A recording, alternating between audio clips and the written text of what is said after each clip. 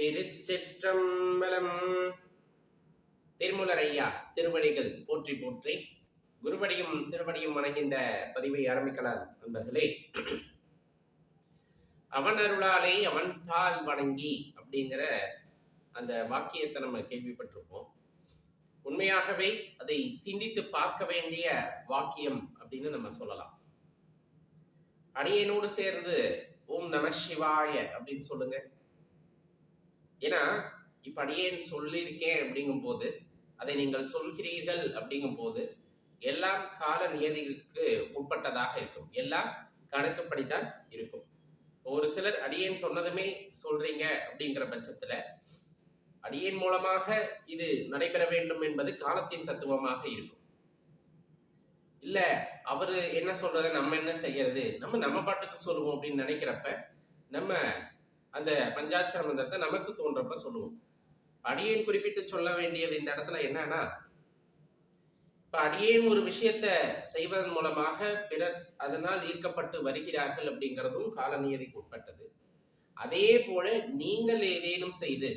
நீங்கள் ஏதேனும் அந்த பஞ்சாட்சர மந்திரத்தையோ அல்லது சிவபெருமானுடைய பெருமையோ மற்றவர்களுக்கு நீங்கள் எடுத்து சொல்கிறீர்கள் அப்படிங்கும் போது கண்டிப்பா அதுவும் கால நியதிக்கு உட்பட்டது.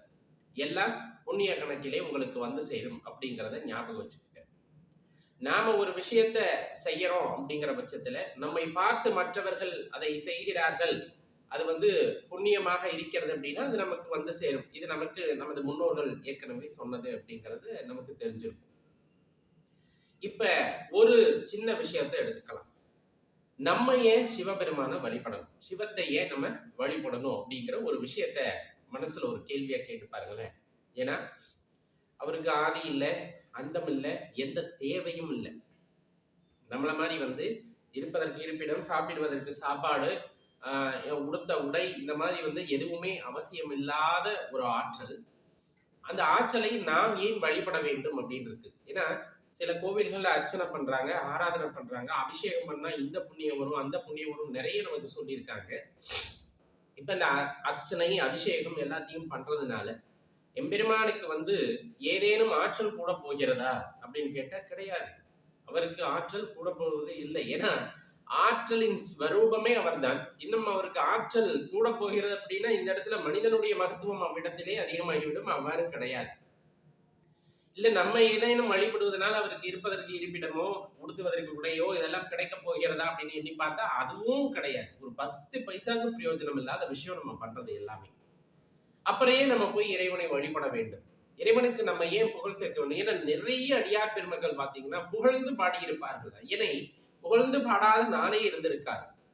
நால்வர் பெருமக்கள் ஆகட்டும், 63 நாயன்மார்கள் ஆகட்டும், இன்னும் பல்வேறு வகையிலே ஆற்றல்களாக இருக்கக்கூடிய இறைவன்களை பற்றி தத்தம் அடியார்கள் புகழ்ந்து பாடியிருப்பார்கள். காரணம் என்ன அப்படின்னு பார்த்தா, அந்த புகழ்ந்து பாடுவதால் இறைவனுக்கு ஒரு புகழ்ச்சியும் கிடையாது, அவர் அந்த இடத்துல எந்த பலனும் பெறப்போவதில்லை என்று தெரிந்தும் புகழ்ந்து பாடுவதற்கான காரணம் உள்ளே அந்த மகிழ்ச்சி ஏற்பட வேண்டும் என்பதற்காக.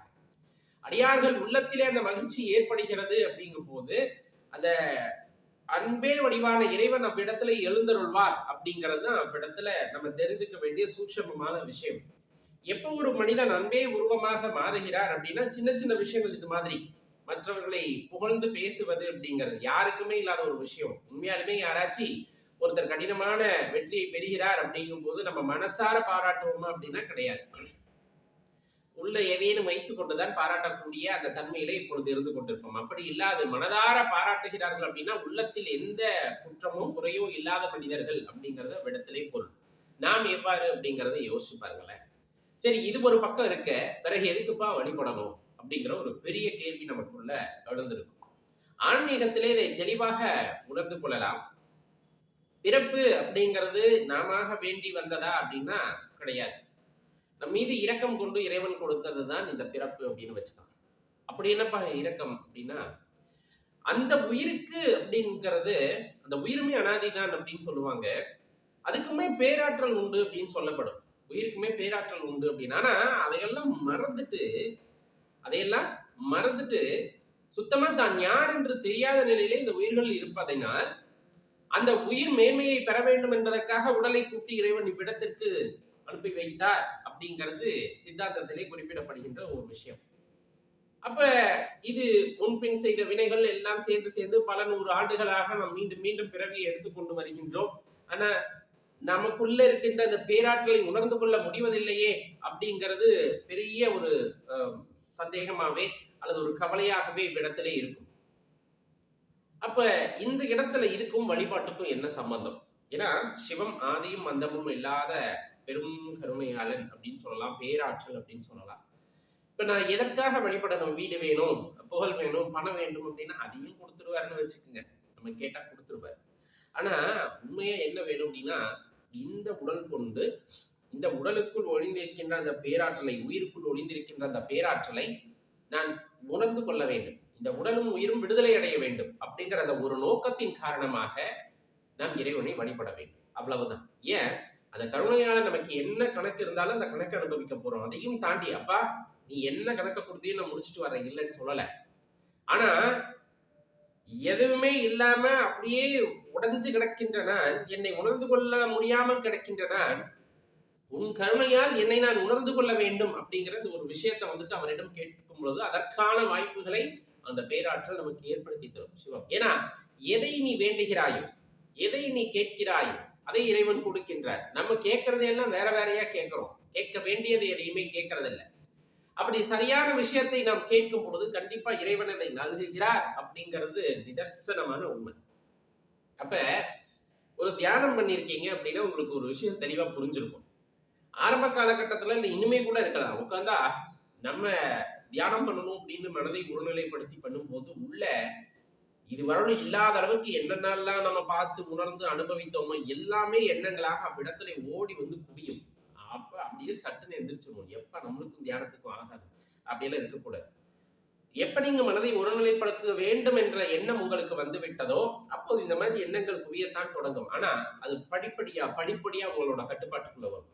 சொல்லுவாங்க இல்லையா, மனசை கட்டுப்படுத்தி அப்பெல்லாம் பண்ணக்கூடாது.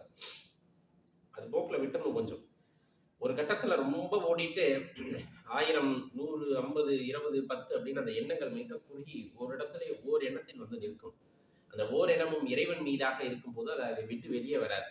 அப்ப நமக்குள்ள இருக்கின்ற அந்த பேராற்றலை உணர்ந்து கொள்ளலாம் அப்படிங்கிறதான் சித்தர்களும் முனிவர்களும் ஞானியர்களும் எல்லாமே நமக்கு எடுத்து கூறியிருப்பது. அப்ப அந்த வழிபாடு அப்படிங்கிறது எப்படி இருக்கணும் அப்படின்னா நேர்த்தியானதாக இருக்கணும். எதற்காக நாம் வழிபடுகின்றோம் என்பதை தெரிந்து வழிபாடு செய்ய வேண்டும் ஒண்ணு.